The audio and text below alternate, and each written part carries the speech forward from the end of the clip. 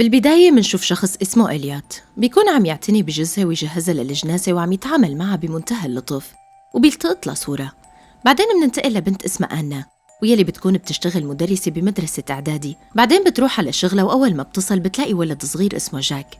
رفقاته على طول بيخوفوه هو بالصف، فبتجي هي وبتبعدهم عنه وبيسألها عن صوص صغير من يلي كان هو عم يعتني فيهن أزمات ولا لا.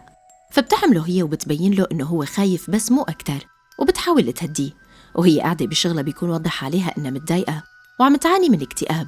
وبعد ما تخلص وهي طالعة من المدرسة بتحس بشي غريب وبتصير الأضوية تطفي وتشعل، فبتخاف كتير وبتركض بسرعة باتجاه الباب. وفجأة المدخل كله بيصير عتمة، بس بآخر لحظة بيصل جاك وبيشعل الأضوية من جديد.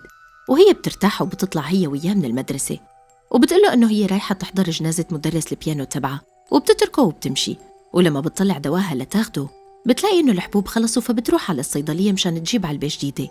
وبتنتبه إنه في جنب الصيدلية صالون شعر، فبتفوت عليه لتصبغ شعرها باللون الأحمر. وبنفس الوقت منشوف إليوت وصل على الجنازة وبوقف قدام الجثة وبصير يحكي مع زوجته ويواسيها على يلي صار.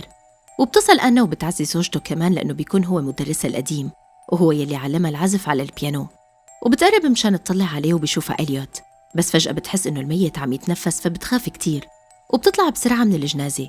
وبيكون إليوت عم يراقبها من الشباك. وبنفس اليوم بيكون عندها موعد مع بول وبتقابله بالمطعم وبيحاولوا يستمتعوا بوقتهم.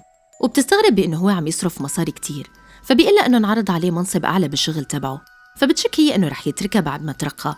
وبتفوت معه بجدال وما بتخليه يحكي ولا كلمة، فهو بيقلها إنه هي مثل أمها بالعصبية، بس بتتركه وبتمشي. وهو بيحاول يلحقها بس هي بتركب بسيارتها وبتمشي بسرعة. ومنشوفها عم تسوق سيارتها بسرعة عالية كتير والدنيا عم تمطر، وبتكون حزينة كتير وبتصير تحاول تتصل بالموبايل وبتلتهي عن الطريق وفجأة بتعمل حادث.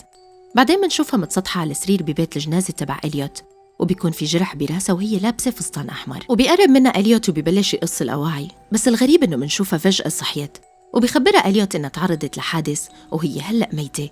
بس هي ما بتصدقه فبيورجيها شهادة موتها، بس هي بتكون مو مقتنعة بالموضوع وعم تحاول تتحرك بس ما لها قدرانة. فبيقلها إنه الكل بينكر هذا الموقف، بس لما بيصحوا بيلاقوا حالهم على سرير التشريح بيبلشوا يحسوا بأنهم فعلا ماتوا. وبيتركها ترتاح وبيطفي الضوء وبيطلع، وهي بتحس حالها وكأنها بكابوس. بهذا الوقت بيحس بول إنها مفقودة وبيبلش يلوم حاله على يلي صار، وبصير يحاول يتصل فيها بس ما كان بيعرف إنه موبايلها مع إليوت، وبيترك لها رسالة مسجلة على موبايلها. فبيتجاهل إليوت الرسالة وبيحط الموبايل بكيس، وبيحط الكيس بخزنة قديمة مليانة من هدول الأكياس. بعدين بياخد صورة مدرس البيانو يلي مات وبيثبتها على جدار كله صور من نفس النمط. وبيروح بول على المدرسة وبيدور عليها وما بيلاقيها، فبيضطر إنه يروح لعند أمها وبينصدم لما بتخبره إنها ماتت وإنه هو السبب يلي خلاها تسوق السيارة بالمطر بهذا الشكل وهي زعلانة. بنفس الوقت بتكون أنا لسه مو مقتنعة بإنها ماتت، وبتصير تترجى إليوت إنه يتركها، وهو بيكون عم يخيط الجرح يلي بجبهتها وعم يقنعها بإنه فعلا هي ماتت. وبعدين بيحقنها برقبتها سائل أصفر وبيرنجرس الباب، وهي بتفقد الوعي فبيروح ليشوف مين يلي على الباب، وبتكون أمها وبتقعد وبتصير تطلع على بنتها يلي ماتت. بس الغريب إنها مو حزينة وما نزل من عينها ولا دمعة، ومو بس هيك هي صارت تلومها على إنه تركتها كل حياتها. وقبل ما تمشي بتطلب من إليوت إنه يرجع لها لون شعرها للون الأسود. ومنشوف جاك الطفل يلي بيحب أنا كتير عم يقص خبر وفاتها من الجرايد، وبيطلع بيحكي مع أمه يلي بيكون شكلها غريب، بس هي ما بترد عليه بولا كلمة. بنفس الوقت ببيت الجنازة منشوف إليوت وهو عم ينظف أدوات التحنيط بالطابق الثاني، وأنا بتكون تحته بتصحى وبتقوم بتقعد وبتحس بإنها قادرة إنه تتحرك، وبتقوم بتحاول تتصل بالتليفون بس بتلاقيه مشغول، لأنه بنفس الوقت بيكون إليوت عم يستخدم التليفون. فبتصير تصرخ على أمل إنه حدا يسمعها، بس بتلاقي الابواب كلها مقفوله وما في اي حدا. وبيصل بول على بيت الجنازه وبيطلب من إليوت انه يشوفها، بس إليوت بيرفض لانه بول ماله من عيلتها، وبول بيصير يترجاه بس بدون اي فائده. بنفس الوقت بتسمعه أنا وبترجع بتصير تصرخ بس ما حدا بيسمعها، وبيفوت لعندها إليوت وبيلاقيها قاعده على الارض وبتساله عن بول، وبدل ما يجاوبها بيصير يحاول يقنعها انها لازم تنسى كل الناس يلي عايشه، وهي بتكون مصممه انها لساتها عايشه فعلا. فبيقلها إليوت إنها لساتها عم تنكر الوضع يلي هي فيه. بعدين بيروح بول على الشرطة لأنه هو بيكون محامي، ولأنه هو معروف هنيك بيحاول يفوت يشوف السيارات يلي جاية بحوادث، وبيدور على سيارة أنا، وأول ما بيلاقيها بيصير يبكي من المنظر، وبصير يلاقي الأغراض يلي بقلبها كلها دم، وبصير يهلوس ويتخيل إنه أنا واقفة قدامه. بس من حسن حظه إنه بهذا الوقت بيكون إجا ضابط الشرطة وبيحاول يواسيه، فبياخد الدمية من السيارة وبيرجع على بيته. وأنا بتروح بتحمل مقص وبتحاول تفتح باب الأبو يلي تحت، وهي ماشي بتلاحظ جثة تانية لمرأة عجوز اسمها وايت مو، فبتتوتر أكتر وبتخاف من الموقف اللي هي فيه، وبتتمنى أنها ما تموت بهذا الشكل. بهي اللحظة بيرجع بفوت إليوت وبيضبط معيار مقياس الحرارة تبع الغرفة، وأول ما بتشوفه أنا بتهجم عليه لتقتله، وهو بيصير يلعب بعقلها مشان يجبرها أنها تقتله، بس هي بتتردد، وبيخبرها أنه هو عنده القدرة أنه يتكلم مع الموتى، وأنه وظيفته يساعدهم للانتقال للعالم الثاني. وبصير يصرخ فيها ويعيط عليها لأنها لساتها مصرة على أنها لساتها عايشة. فبتتوتر أكتر وبتكتئب وبتروح بتنام على الطاولة. بس فجأة بتلاقي الست العجوز الميتة وقفت قدامها ولابسة أسود وعم تسرح شعرها، وبتقلها أنه لسه ما لها جاهزة. بعدين بتلاحظ أنه في باب مفتوح وجواته عتمة كتير، فبتحاول تمد إيدها، بس فجأة إيد بتشدها لجوا وبتسكر الباب وراها، وبيطلع لها بنت صغيرة مجروحة وبتقلها أنه الأفضل لها بأنها تموت، بس كل هذا بيكون مجرد حلم. وبتصحى أنا وبتلاقي حالها على طاولة التحنيط، وبنفس الوقت بيكون إليوت بالطابق الثاني يلي فوق، وبيكون عم يحضر مشان جنازة الست العجوز وايت مو، وبيكون لسه عم يحط الزينة. وبيلاحظ الطفل جاك إنه عم يقرب منه وبيسأله عن موعد جنازة أنا، فبيعجب كتير بالطفل.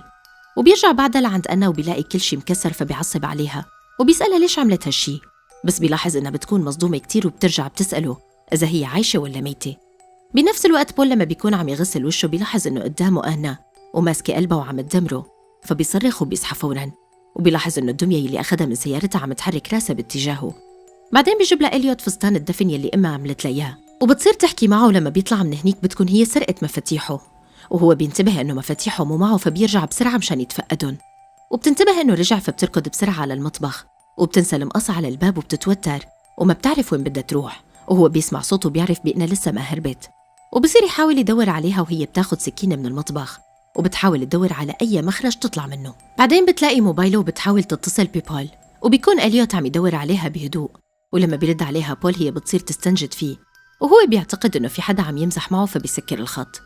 وبيفوت لعندها إليوت وبيقنعها فعلاً بإنها ميتة، وبورجيها شكلها بالمراية وهي بتلاحظ حالها وبيكون وشها شاحب.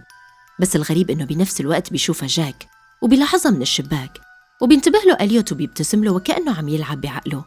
فبتقتنع أنا وبتنزل للطابق لتحت مشان إليوت يغسل لها شعرها ويصبغ لها باللون الأسود.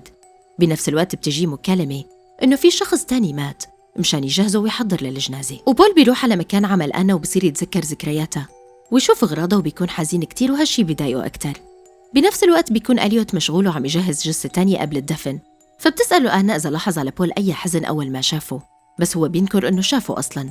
وبصيروا يحكوا مع بعض وبيرجع بيحقنها بالسائل الأصفر وبتفقد الوعي. والغريب إنه جاك هو بالمدرسة بيقابل بول وبيقول له إنه هو شاف أنا ببيت الجنازة وكانت لابسة فستان أحمر، فبول بيستغرب لأنها ما كانت لابسة هيك قبل ما تموت، بس جاك بيكون مصمم إنه شافها وبيقول له أنت ما عدت تحبها مثل الأول، فبيعصب عليه بول وبيخانقه. وبنفس الوقت بيكون إليوت قاعد عم يطلع على الصور اللي بيصورها للجثث وعم يحكي معهم، وفجأة بيلاحظ إنه في سيارة شرطة واقفة قدام البيت، وبيكون الضابط جاي مشان يشوف جثة تانية لأخوه اللي مات.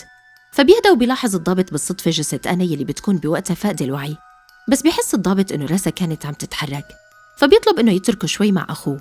وأول ما بيطلع إليوت بيقرب الشرطي من أنا، وفجأة بيرجع إليوت وبيقلق من يلي شافه، والشرطي بيغادر فوراً وبيبلش إليوت يفقد عقله، وبصير يحط حمرة ومكياج لجثة تانية ويحكي معها، بس هو كان فعلاً ميت.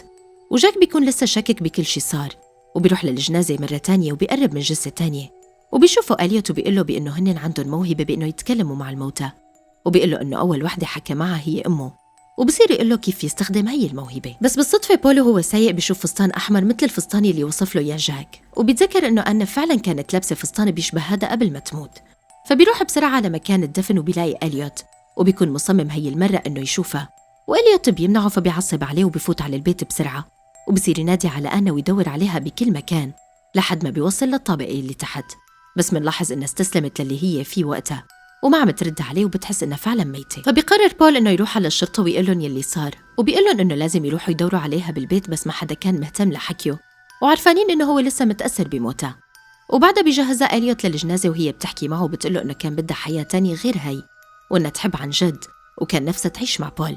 فبيعصب وبيفتح لها الباب وبيقول لها إنه لسه قدامها فرصة تانية، بس بتصير تهلوس وتشوف شغلات وتهيؤات، وبتضل واقفة قدام الباب وما لا قدرانة تتحرك. وبيقول لها إليوت إنه الناس ما بتخاف من الموت، وإنما هدول بيخافوا من الحياة أصلاً. فبترجع على تختها مرة تانية وهو بيكمل يلي كان عم يعمله، وبيجهز الإبر وبيحفر لها حفرة، وبيرجع بيشوف جاك بالصدفة وبيحكي معه، وبيقول له إنه هو عنده قدرة إنه يشوف الجثث ويتكلم معهم هو كمان، وإنه مو شرط يكونوا ميتين، وإنه ما يكونوا عايشين بدون هدف. تاني يوم بتكون أنا بصندوق الجنازة، وقبل ما أنا يغمى عليها مرة تانية بتطلب منه إنه يطلع على حالها بالمراية للمرة الأخيرة، فبيعطيها مراية وبتلاحظ إنه نفسها عامل بخار على المراية، فبتعرف إنه عم يخدعها وعم يكذب عليها من الأول وإنه لساتها عايشة. ولما بيلاقيها إنه لسه رح تقاوم بيخدرها بسرعة، وبترجع وبتفقد الوعي، وبيلتقط لها صورة ومنشوف إنه الكل إجا على الجنازة. وبيجي لعندها بول وبيشوفها وبيحط لها خاتم الخطبة بإيدها وبيصير يبكي، وبس يلاحظ إنه جسمها بارد كتير بيتضايق وبصير يبكي أكتر. إليوت بيروح بسكر الصندوق مشان ما حدا يعرف الحقيقة، وبعدين بيحط صورتها مع باقي الصور يلي صورها من قبل، وبيكونوا هدول كل الضحايا يلي كذب عليهم وقتلهم. وأنا بتفيق فجأة وبتصرخ وهن عم يدفنوها بس بدون أي فائدة، وما حدا بيكون عم يسمعها، وبيكون بول لسه ماله مصدق إنها ماتت. وبيواجه إليوت وبصير يهدده إنه شكك فيه، فبيتركه وبيروح على المقبرة مرة تانية.